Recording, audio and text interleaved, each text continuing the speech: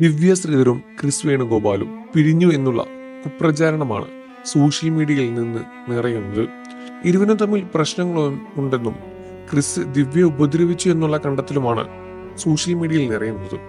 ഞങ്ങൾ തമ്മിൽ യാതൊരുവിധ പ്രശ്നങ്ങളില്ല എന്നും എന്തിനാണ് ഇല്ലാത്ത വാർത്ത പടച്ചുവിടുന്നത് എന്നും ഇരുവരുടെയും പ്രതികരണം വന്നിട്ടുണ്ടായിരുന്നു. ഫേസ്ബുക്കിലും യൂട്യൂബ് വീഡിയോയിലുമായാണ് ദിവ്യ ഈ കാര്യം പ്രതികരിച്ചത്. പിന്നെയൊക്കെയാണ് മരുന്നൊക്കെ കഴിച്ച് ഉറങ്ങിയിരിക്കുന്നത്. അതിനിടയിൽ ഫോൺ റിങ്ങിങ് ചെയ്ത് കേട്ടിരിക്കുന്നു. എടുക്കാനും പറ്റുന്നുണ്ടായിരുന്നില്ല. തിരിച്ചു വിളിക്കുമ്പോഴാണ് ദിവ്യ എന്തെങ്കിലും പ്രശ്നങ്ങളുണ്ടോ എന്ന് ചോദിച്ചത്. ഞാനൊരു റീൽ പോസ്റ്റ് ചെയ്തിരുന്നു. അതിനെക്കുറിച്ച് പറഞ്ഞ് രാജ് ടോക്സിൽ ഒരു വീഡിയോ ചെയ്തിരുന്നു. ക്രിസ് വേണുഗോപാൽ എന്നെ അടിച്ചോ? അടിച്ചത് രാജ് ടോക്സിന്റെ മുതലാളി കണ്ടോ? ഇന്നലെ വീഡിയോ പോസ്റ്റ് ചെയ്തത് കണ്ടില്ലേ? എന്റെ നെറ്റിയിൽ എവിടെയാണ് പാട്? എന്റെ നെറ്റിയിലോ മുഖത്തോ ശരീരത്തോ ഒരു പാടുമില്ല.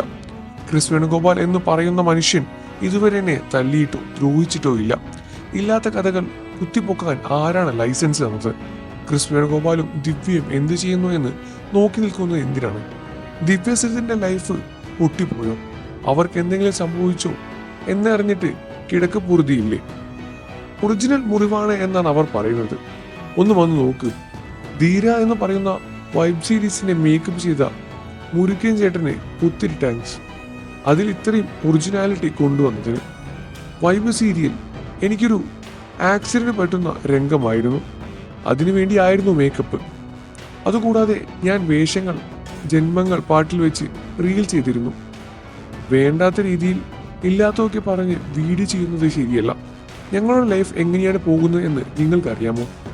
മാസ വരുമാനത്തിന് വേണ്ടി ഇല്ലാത്തത് പറയാൻ നിങ്ങൾ ആരാണ് ലൈസൻസ് തന്നത്? ഞാനൊരു സ്റ്റോറി ഇട്ടാൽ എൻ്റെ ലൈഫ് ചിന്നിച്ചിതറി എന്നാണോ? അതിനുവേണ്ടി നമ്മളുടെ ജീവിതം എടുത്ത് കളിക്കേണ്ട. ഞങ്ങളുടെ പുറകെ ആരും വരണ്ട. ചാനൽ ഞങ്ങൾ പൂട്ടിക്കും. അറിയാത്ത കഥകൾ എഴുതേണ്ട. ഞങ്ങൾക്കിടയിൽ യാതൊരുവിധ പ്രശ്നങ്ങളുമില്ല. നിങ്ങളായിട്ട് ഇനി പ്രശ്നങ്ങൾ ഉണ്ടാക്കരുത്. സത്യത്തിൽ എന്താണ് സംഭവിച്ചതെന്ന് അറിയില്ല എന്നായിരുന്നു ഒരാൾ പറഞ്ഞത്. ഞാനൊരു റീൽ പോസ്റ്റ് ചെയ്തു, അതാണ് വിഷയം എന്നായിരുന്നു ദിവ്യയുടെ മറുപടി. ഞങ്ങളുടെ ജീവിതം എന്താണെന്ന് പബ്ലിക്കാക്കി വെക്കുന്നത് അത് സ്വകാര്യമായി വെക്കേണ്ടതല്ലേ നല്ലത്? എന്തിനാണ് ഇത്തരം കാര്യങ്ങൾ മൈൻഡ് ചെയ്യുന്നത്? സന്തോഷത്തോടെ ജീവിച്ച് കാണിച്ചാൽ പോരെ എന്നായിരുന്നു ചോദ്യവും ഉണ്ടായിരുന്നു. നിങ്ങൾ എന്തിന് തല പൊട്ടി ആലോചിക്കണം?